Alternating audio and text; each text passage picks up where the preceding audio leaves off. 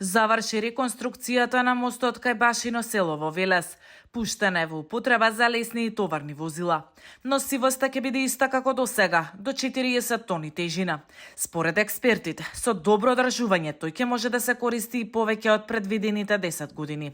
Мостот бил оштетен од временските услови со 5 децениското користење, бидејќи тој е изграден 1971 година од ЈНА како времен. Во овој период до сега не биле завршени никакви зафати. Според градоначалникот на општина Велес, овој мост е значаен за велешани. Не знам колку премиери на Република Македонија, не знам колку министри за транспорт и врски и колку директори на јавни предпријатија дошле на оваа локација да го видат мостот, да дадат ветување пред граѓаните и од тие ветувања немаше ништо.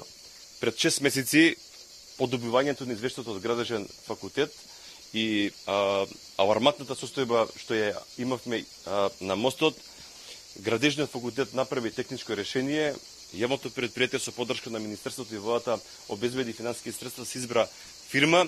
Иако стариот мост е целосно реконструиран, директорот на јавното предпријатие за државни патишта најави дека на 50 на метри оддалеченост од постојниот ќе се изгради нов мост. Проект има, а во втората половина од годината ќе се распише јавен повик за изведувач. Веќе е во фаза на проектирање на нов мост.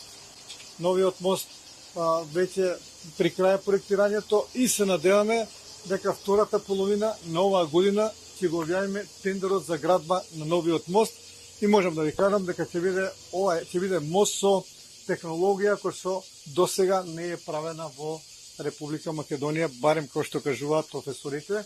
Премиерот Мицкоски вели дека владата ги остварува ветувањата и е задоволен од темпото на реконструкцијата на мостот. Најави дека во следниот период општините засилено ќе работат на нови проекти за подобар живот на граѓаните. Мостот кај Башино село служи за влез за тешки товарни возила за индустријскиот дел на градот, но и за дистрибуција на дрвна маса исечена од регионот на Азот.